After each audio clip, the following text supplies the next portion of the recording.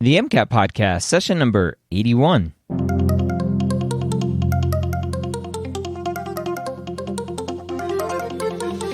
A collaboration between the medical school headquarters and Next Step Test Prep, the MCAT podcast is here to make sure you have the information you need to succeed on your MCAT test day.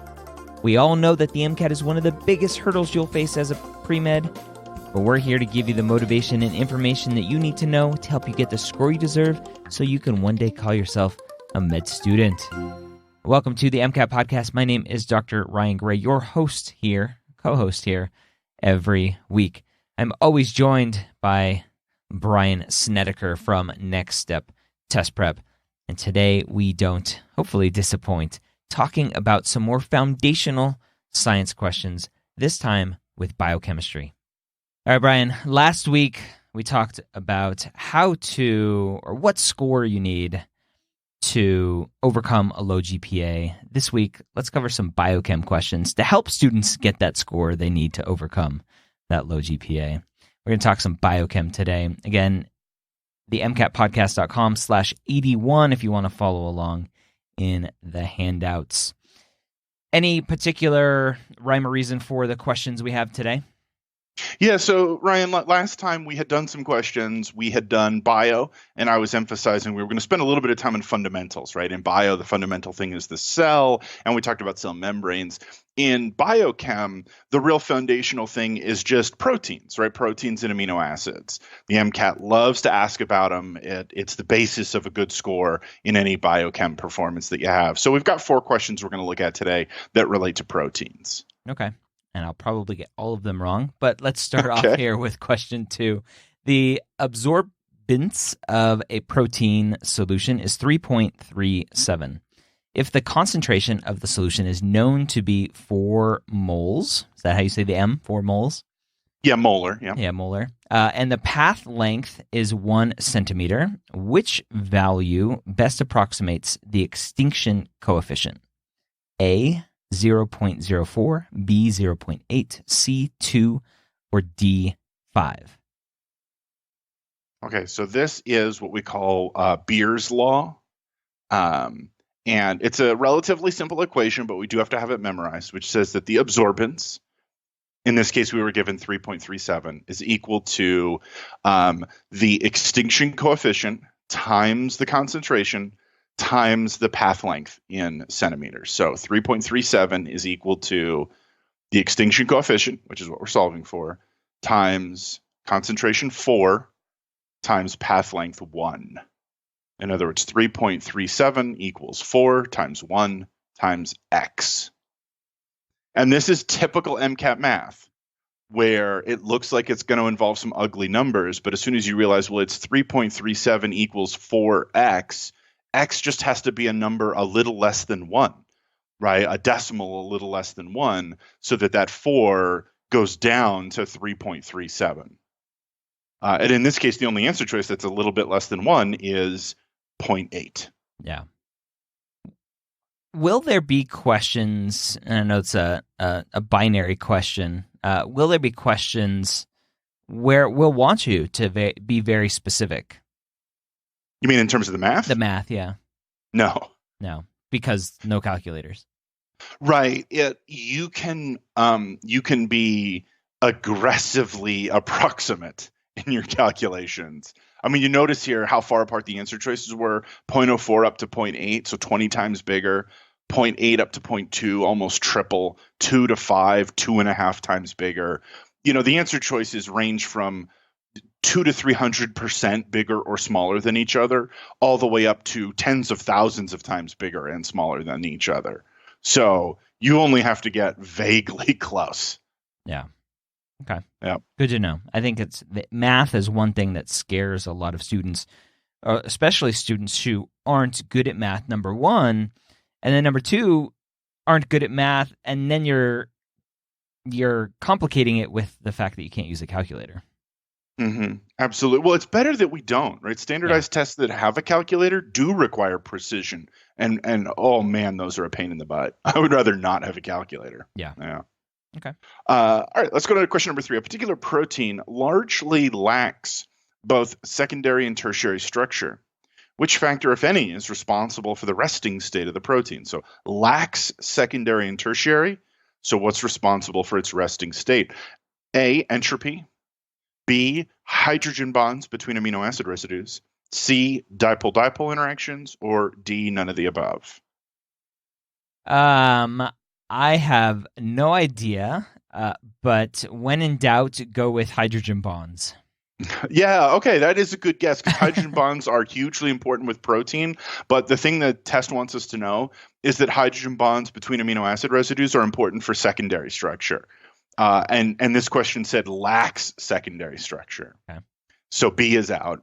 And similarly, dipole-dipole interactions, that's a classic part of tertiary structure. And we were told this protein lacks tertiary structure. So B and C are out. And so then something has to account for how the protein settles itself. And so entropy is it, right? The universe always heads towards maximum entropy. So however this little squidgy bit of protein settles itself down, it's going to be whatever maximizes entropy. What's the official conversion from a liter of something to a squidgy bit? I think it's 7 squidgies to the yada yada and 9 yada yadas to the molar. Okay. All right, good. Yeah. All right, question 9. A researcher compares 2 antibodies that recognize the same antigen, even though they are made by different animal species. How will these antibodies differ? A, the antibodies will have different constant regions. B, the antibodies will be exactly the same. C, the antibodies will have entirely distinct variable regions.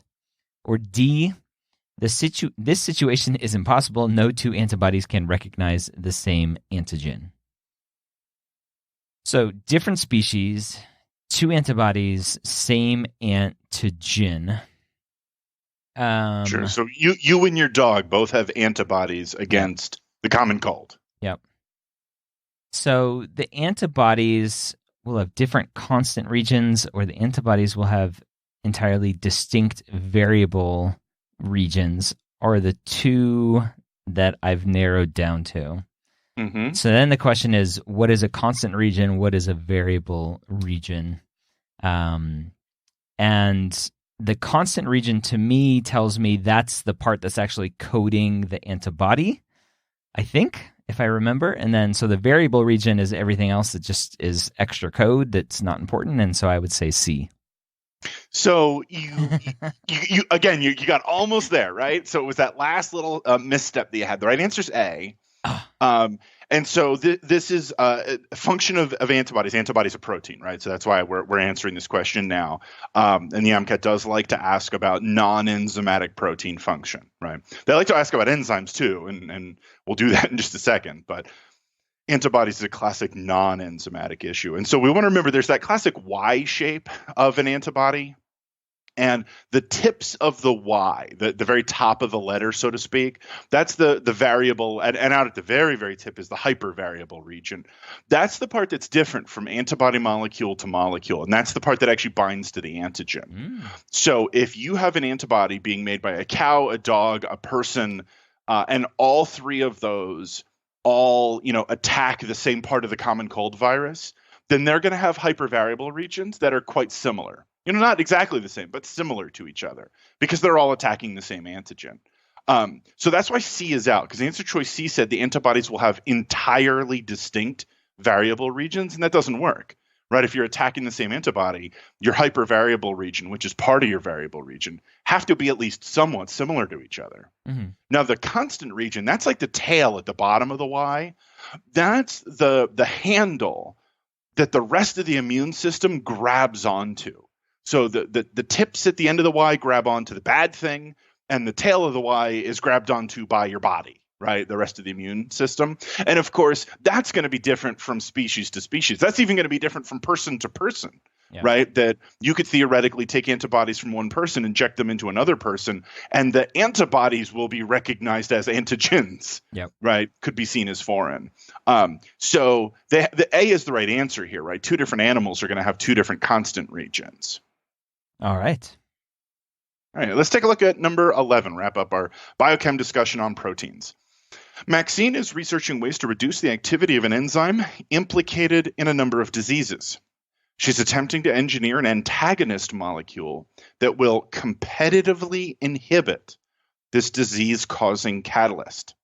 To do so, Maxine should create a molecule that most closely resembles A, the substrate of the enzyme catalyzed reaction, B, the transition state, C, the product, or D, the enzyme itself.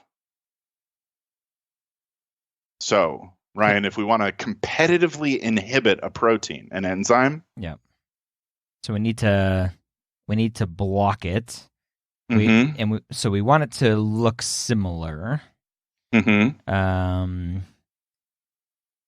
Create a molecule that most closely resembles substrate of the enzyme catalyzed reaction, transition state, product.